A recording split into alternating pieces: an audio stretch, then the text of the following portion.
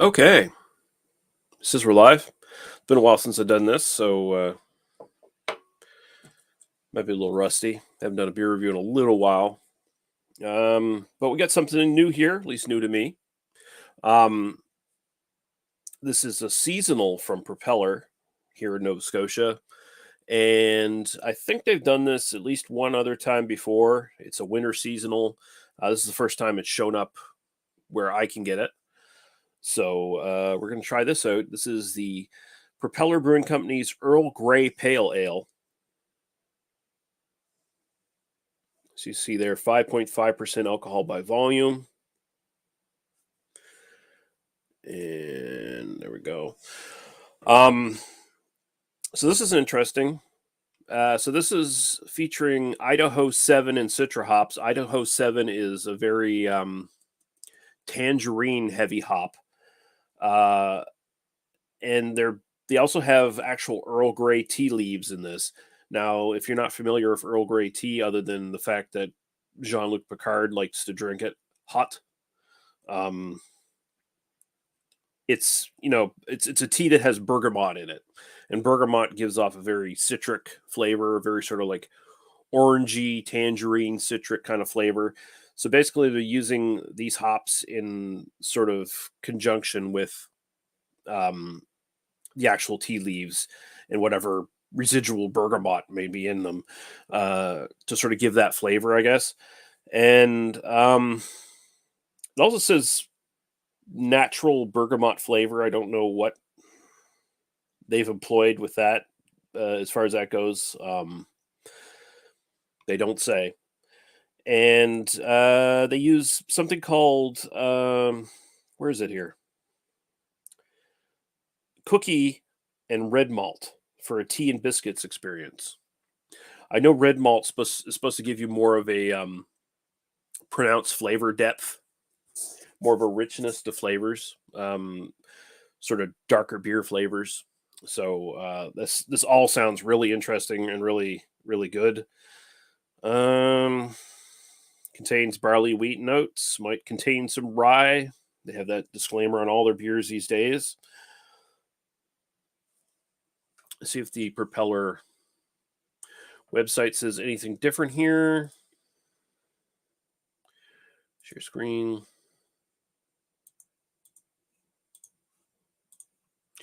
So we have it over here. Okay, let's see. I didn't read this. I just brought up their seasonals page. No, that's the same thing they say on the can. What else they got here? Arcane dry hop. They got some new stuff as of late. They've been trying some new seasonals. Arcane dry hop sour for winter, which is weird. Leviathan triple IPA. That sounds interesting. I have the Denali IPA, which I'm going to be doing later after I do this review. Pumpkin Ale, Russian Imperial Stout, Limelight Lager, Mosaic Pale Ale, Zaka, and their Tropic Haze Summer Ale. Yeah. Okay. That's fine. All right. So let's get into this. I'm excited to try this one. I do like Earl Grey tea. So if they manage to capture that in this beer and make it work in the context of basically a North American pale ale, I'm going to be all for this. So let's see what we think. So it's pretty clear. Like I'm seeing a teeny bit of haze there, but it's mostly just pretty much clear. It's a pale yellow color. It looks darker on the camera. I think I read somewhere also that red malt is supposed to give you a better head retention. And man, it's got a nice looking head on it, right? Like that's a really good looking beer right there. So let's go to the aroma.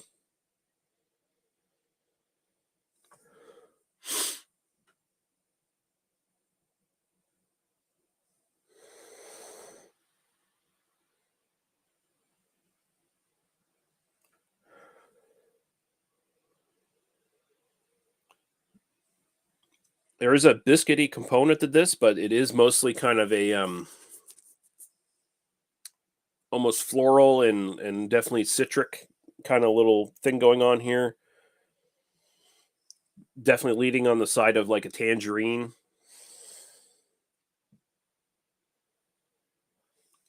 It's not particularly complex. Yeah, getting a little bit of a nice biscuity note coming like in the back of this, and on top of it, it's just that tangerine. Smells fine. Smells very nice. So cheers. We'll go right to the taste.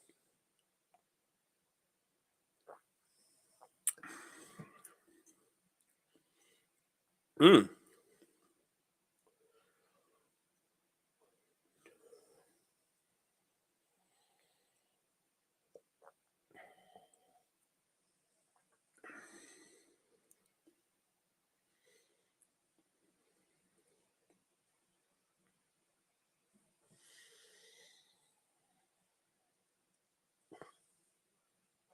Mm. There's a little bit of body to this one. At least the mouthfeel makes you feel like it is. Um, I'd say almost like medium bodied here. You definitely get sort of a little citric punch right up the top, kind of tangerine. Definitely close to bergamot. It's very, very close. Then you just have this dry, like tannic tea leaf finish that's like really lingering. Um, it is very much like I've had beers before where they say, "Oh, we've got like tea in it or whatever," or it's the tea, whatever this beer, Earl Grey or black tea or whatever the fuck bullshit. Um, and usually they don't bring out enough of the actual tea flavor. This one does. It is like a nice sort of tannic tea leaf kind of thing going on. Um, and that bergamot, there's like a ghost of it in the finish as well, but it's mostly that sort of tangerine citrus thing up front. This works pretty well. I mean, it's got the sort of hops kick in the end and the sort of dryness. Like I said, there's Citra in here as well as the Idaho 7. So you're getting like the tangerine and citric qualities.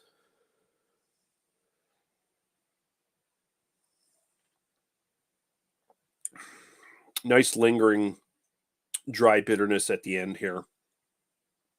Just makes you want to have another sip to get that citric hit again before you get back to the dryness. This is really good. This is really, really good.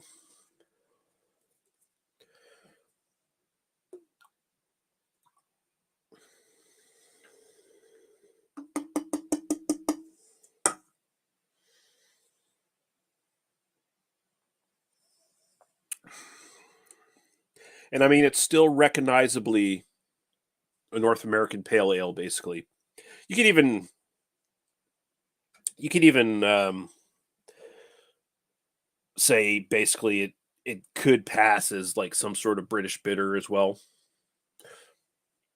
It's pretty much within that sort of sphere. There's a Venn diagram somewhere where these two things are intersecting a little bit on this beer. Um, basically because of the flavor profile, the more earthy sort of tannic flavor profile here, and also the slightly more full body to it. Um, Sort of leans towards the British side as well, but I mean, we're still going to kind of grade it on North American Pale Ale, and it's got the bitterness. It's got those qualities. It's got the big flavors. It works. It works really well. Um, so the Propeller Brewing Company's Earl Grey Pale Ale, winter seasonal. Man, you know, if this was a year-round thing, I'd probably be buying this a lot. I quite like it actually. Style-wise, North American Pale Ale. You know, it's kind of hard to these days to distinguish it from the pack without going really crazy with the hops. And this beer doesn't do that. Like it's got its set kind of ideas of what flavors they wanted to get out of this and what they wanted to approximate. You know how they wanted to maximize the Earl Grey and especially the bergamot kind of thing with the Earl Grey tea. And they do that, and they still maintain it as a recognizably North American pale ale at the same time. Style-wise, I'm going to throw an 8.5 at it. I think it's pretty exceptional, especially for what it is, because it easily could have been like a gimmick that would have sucked. Like, it's one of those things where it could have gone either way, I think. And so 8.5 for style. I'm going to go 9 on personal preference. I really, really enjoyed it. So yeah, here we go. And I'm going to be back in about 20 minutes with the other Propeller product I bought tonight, the other seasonal, the Denali IPA. And we'll see what we think of that one. But until then, whoever was watching, thanks for watching. Whoever watches later, thanks for watching. And we'll be back when we're back. Bye-bye.